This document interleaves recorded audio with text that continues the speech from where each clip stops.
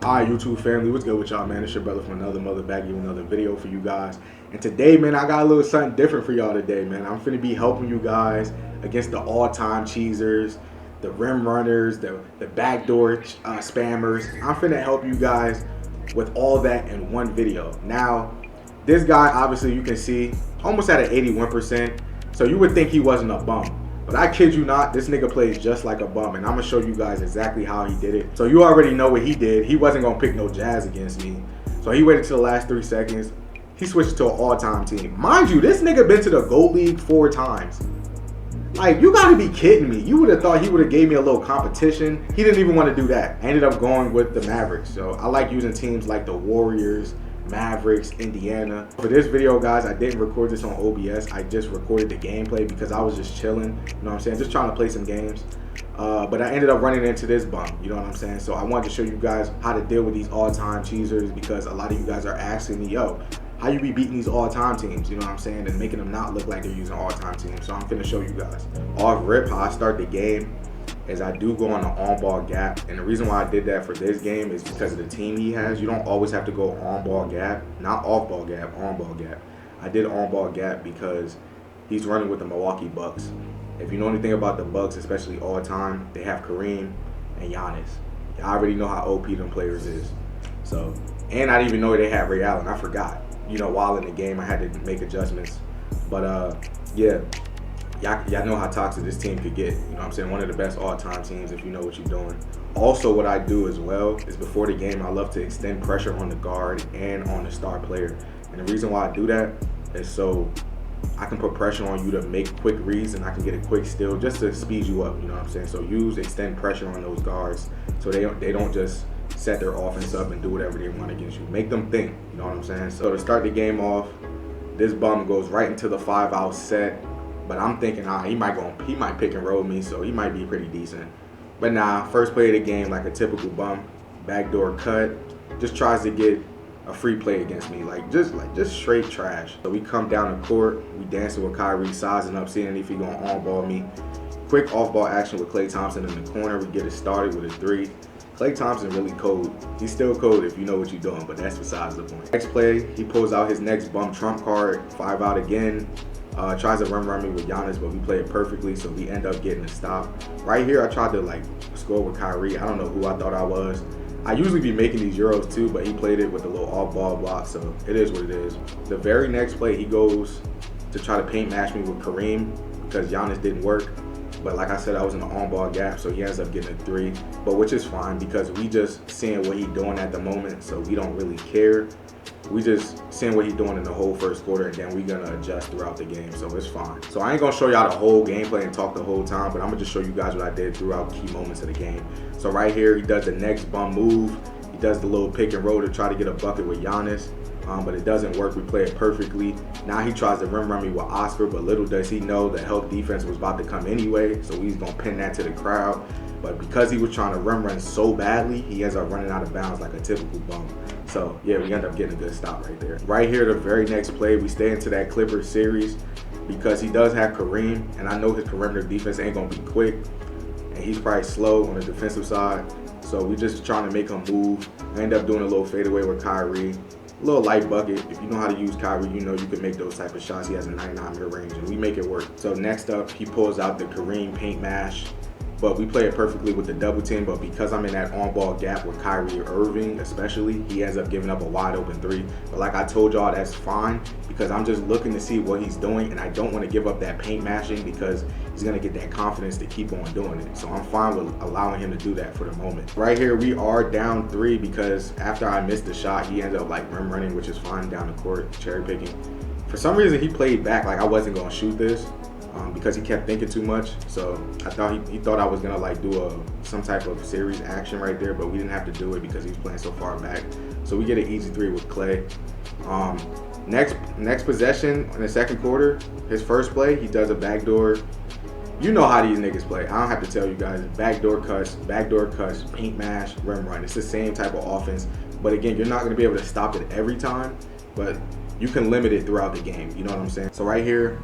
Again, this is what most of these so-called comp players do. They get into the 5-out. but most of them, they just try to abuse the pick and roll every play. So what this guy tries to do, he doesn't just abuse the pick and roll every play, but he also tries to backdoor me every play. Right there, we end up getting a beautiful stop right there. But that's what's supposed to happen every time. But here's a key possession right here. He goes into a 5-out action again. But what makes him a bum is he immediately keeps going for backdoor cuts. Like no type of bag or nothing, just straight off backdoor cuts. But he doesn't get it right there. We play perfect defense. L1 help comes over. He still ends up making that strong contest. I don't need to say nothing. Y'all know how bad this game is. Right here, he has a fast break right here. Does a little pick and roll. Again, I'm in a leaving defense, so Gaffer plays that perfectly. Strong contest. We come right down the court. I think we have AD right here. His man doesn't get back in time, and then we boom on this ball-headed dude. I don't know who he is, but we end up getting a bucket right there. So at this point, we are down 1. He does a little pick and pop offense right here. We play it perfectly with the little hedge help. I manually do that myself, but again, because I'm in that on-ball gap for the moment, I do end up giving that up again, but that's fine because I make adjustments throughout the game. So when I know you're shooting with a certain player, I'm not gonna keep it on all ball gap. You know, I'm gonna change the on ball tight so you don't get that open shot. You know what I'm saying? So now we're in the third quarter. I do run my bench. I'm not one of these YouTubers that don't know how to run their bench and know how to score with their bench. I'm one of those players that do. So obviously, like I told you guys, I'm gonna leave them defense with my big men. But the double team comes over. I have my double team on auto, so the double team always comes down when you get into a post move. So with a player like Kareem, you gotta have 2 people on him. So that's what I did. So we played that perfectly. He doesn't get an open paint mash. You know what I'm saying? Then we come right back down. Easy little mid-range with Spencer Dinwiddie. Something light, nothing too crazy. We're not trying to do too much. So the very next play, we come down. We're in our offensive set right here, but I don't really want the offense. You know what I'm saying? I want to clear it out. You know what I'm saying? So we clear it out. Hit him with a little move. We thought I was going to the basket. Nope, stupid. We get in like some little mid-range shot with Spencer Dinwiddie right there. Again, you don't want to make your offense too complicated. Just do what the defense is giving you. You know what I'm saying? Nothing too complicated, nothing too crazy. So right here, we're in our Iverson set right here. Just trying to make him think right here. I'm not doing nothing too crazy. Simple offense. Help defense comes. You think I'm going to the basket, but we get an easy 3 in the corner with Christie. But like I said, the reason why I run that extend pressure is because you think I'm running full court press, but I'm not. So now he makes a quick read down the court. Now we got another easy 3. Now I can pop it with Jaden Hardy in the corner, and this time we hit it, man. So we want to speed him up, like I said. At this point, he's getting desperate. He's down 5. He tries to backdoor cut me again, but we play it perfectly. Double team comes. He could have made that. I don't know. I guess he didn't expect that double team to happen, but he ended up missing, and I'm fine with that. I'm fine with that right there. We run a little pick and roll right here. Get a nice lob with Lively. Boom. Now we take a 7-point lead. You know what I'm saying? Now he's scared. You know what I'm saying? He doesn't know how to move, and that's why I want him. I want him right there. But I end up getting a wide open 3, so he does end up scoring again. Some players, like I said, I do have him on ball gap, but that is fine. I'd rather give that up than him just getting a bucket in the paint every single time. You know what I'm saying? So that's fine. But at this point, it's a 5-point game. He's trying to do a pick and pop right here. It's not working. We're playing beautiful defense. Another low pick and roll. Gaffer plays it beautifully. Double team comes, but then we play beautiful defense to get back. But for some reason, he ends up getting his rebound, and he ends up making this. Like, what am I playing? You know what I'm saying? Like, they just be giving people stuff to keep them in the game, man. It's just absolutely ridiculous. But he does end up hitting that shot. But it's all good. Right here, man, next possession. He does get a little pick and roll right here. I don't know what type of crack Gaffer was smoking. He ended up leaving him. I don't know what type of defense that was. But, again, that's going to happen because this game is trash. But you got to live with it. Right here, man, I was just playing with him again. This whole game, I was really just playing around because I wasn't recording it. So right here, we dancing with Kyrie. Get a nice little Euro, slow him down. But he does end up fouling me, and then we go for 2. You know what I'm saying? Sometimes you got to mix it up. You don't just run a series every time, a play every time. You can ISO sometimes, break him down, make him think. You know what I'm saying? You don't want to do the same thing over and over again. You got to mix it up. You know what I'm saying? Mix it up. At this point, we are up 4. Things are going our way. We are giving up some shots, but it's fine in the paint. Right there, AD was there. He could have dunked that, but I guess because I've been playing it well, he didn't go up. So we do get a beautiful contest in the corner, making him do something that he didn't want to do. You know what I'm saying? Right here, AD's wide open. He tried to do a double, so he's losing his mind right now.